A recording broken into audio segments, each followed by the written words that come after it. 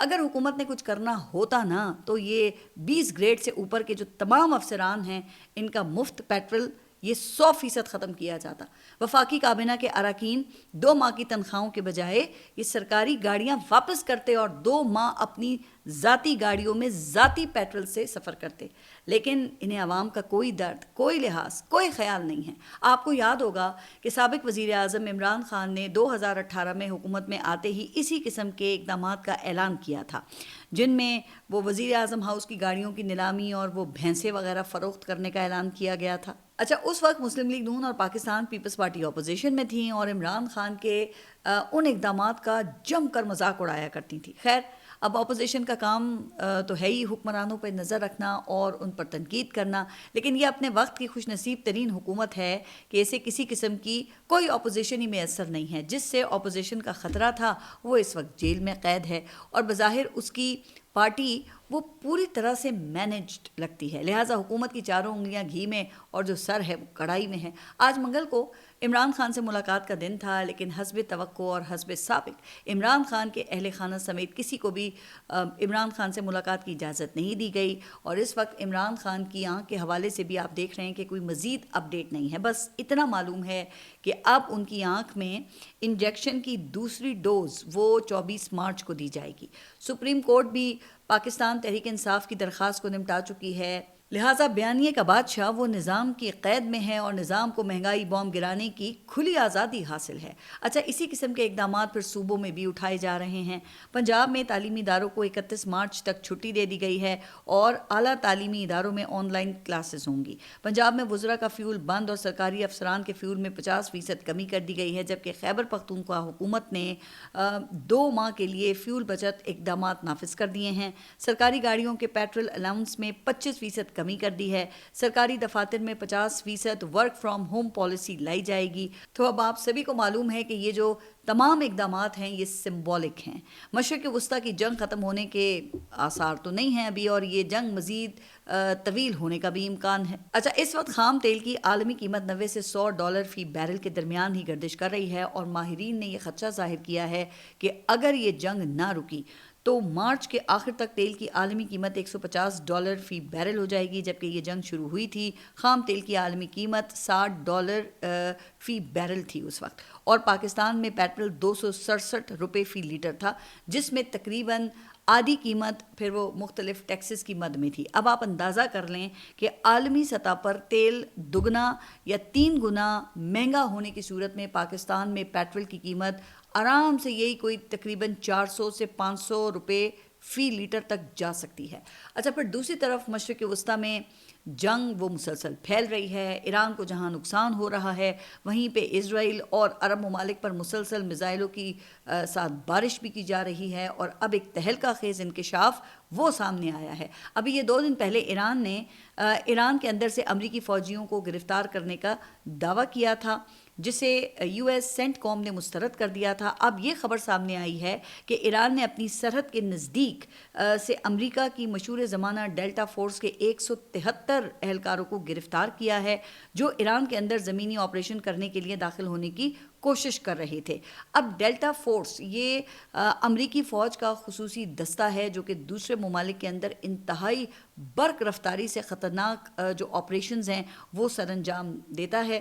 اور یہ فورس افغانستان پر حملے کا حصہ تھی اور اسی فورس نے دسمبر 2003 میں سابق عراقی صدر صدام حسین کو حراست میں لیا تھا. اور آپ کے علم میں ہے کہ ابھی حال ہی میں اسی ڈیلٹا فورس نے وینزویلا میں آپریشن کرتے ہوئے وینزویلا کے صدر نکولس مادورو کو بھی اغوا کیا تھا. لیکن شاید اس فورس نے ایران کو بھی افغانستان، عراق اور وینزویلا کی طرح ایک ترنے والا ہی سمجھ لیا تھا اور ہنسی خوشی ایران کے اندر یہ داخل ہو گئے تھے.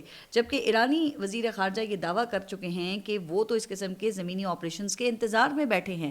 ان کے مطابق ایران نے 20 سال اسی موقع کے لیے تو تیاری کی ہے کہ کب دشمن کی زمینی فوج ایران کے اندر داخل ہو اور ایران ان کو سبق سکھائے کہ امریکہ کا زور صرف یہ کمزور ممالک پر ہی چل سکتا ہے۔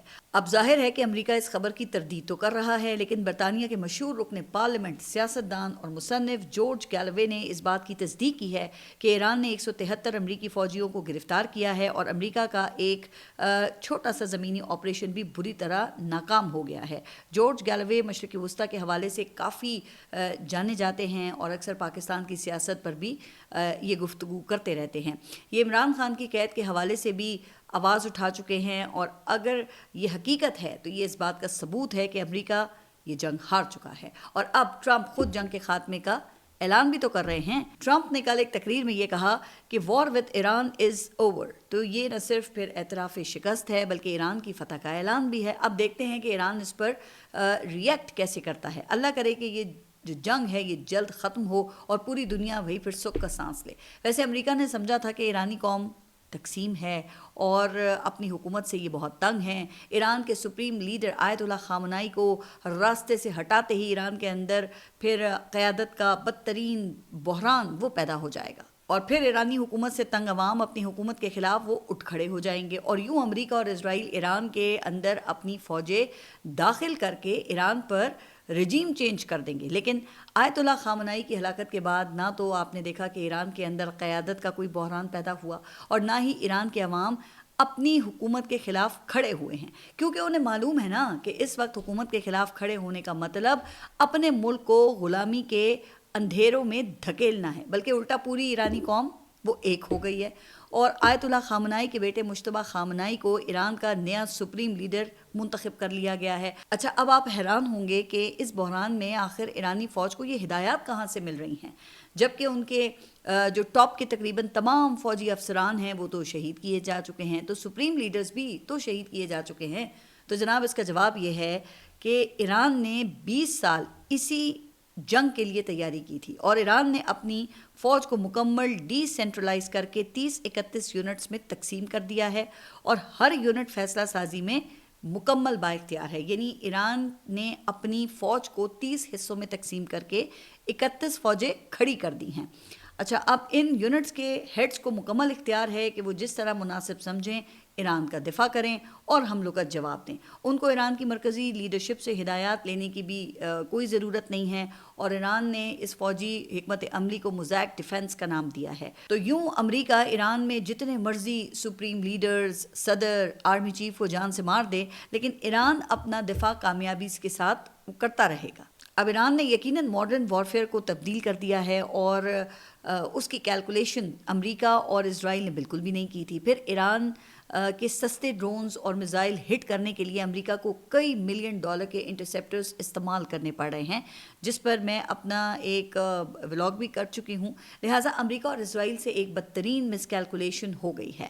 اب ویسے تو ڈر یہ ہے کہ امریکہ اور اسرائیل حواس باختہ یا فرسٹریٹ ہو کر ایران پر کوئی خطرناک حملہ ہی نہ کر دیں، جس طرح انہوں نے وہ جاپان کو سرنڈر کرانے کے لیے دوسری جنگ عظیم میں کیا تھا۔ دوسری جنگ عظیم میں جب یہ جاپان کسی طرح امریکہ کے کنٹرول میں نہیں آ رہا تھا نا، تو امریکہ نے جاپان پر 2 ایٹم بام گرا کے جاپان کو سرنڈر کرنے پر مجبور کیا تھا۔ اچھا، اب ایک اور بڑی خبر وہ پاکستان کے حوالے سے ہے، جو کہ اس وقت میڈیا پر زیادہ ڈسکس نہیں ہوئی ہے۔ آپ کے علم میں ہے کہ ایران نے آبنائے ہرمز کو بند کر کے سمندری راستے سے ہونے والی دنیا کی بڑی تجارت کو بند کر دیا ہے، اور اس کا نقصان پاکستان کو بھی ہو رہا ہے۔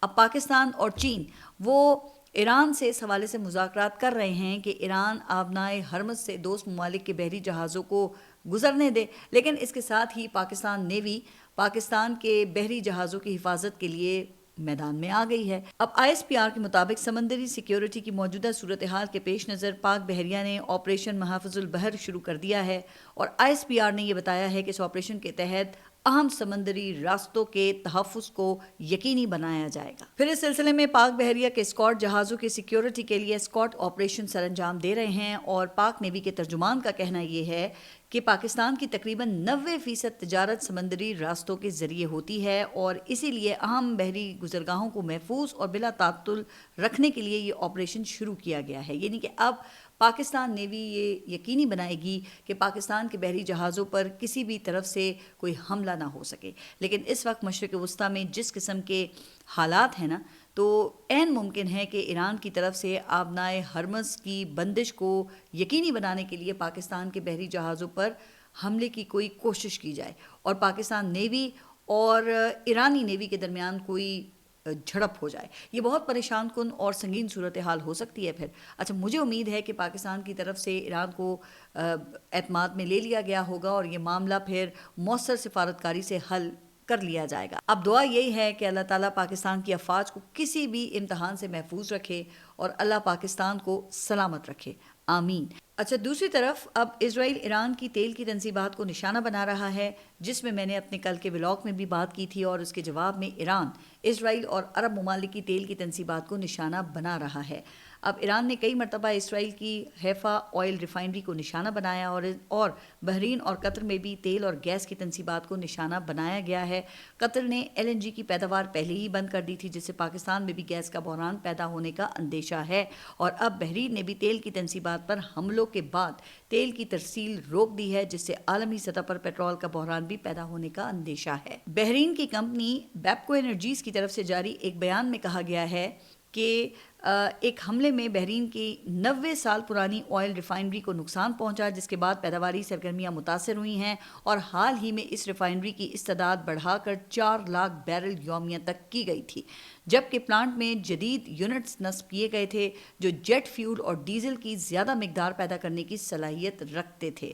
مشرق وسطیٰ میں جاری جنگی صورتحال کے باعث کمپنی کے آپریشن متاثر ہوئے ہیں، لیکن مقامی مارکیٹ کی ضروریات کو ترجیحی بنیادوں پر پورا کیا جا رہا ہے. اچھا اب ایک خبر جو ہے وہ پاکستان کی اسٹاک مارکیٹ سے ہے. موجودہ حکومت بلندیوں کو چھوتی، جس وہ اسٹاک مارکیٹ کے انڈیکس کو اپنی معاشی کامیابی بتا کر کریڈٹ لیتی ہے نا، اب اس اسٹاک مارکیٹ کو بھی بریک لگ گیا ہے. کل تو ریورس گیئر لگ گیا تھا اور شدید مندی کے بعد انڈیکس 10,000 سے زائد پوائنٹس کی کمی کے بعد 1,47,000 تک آ گیا تھا.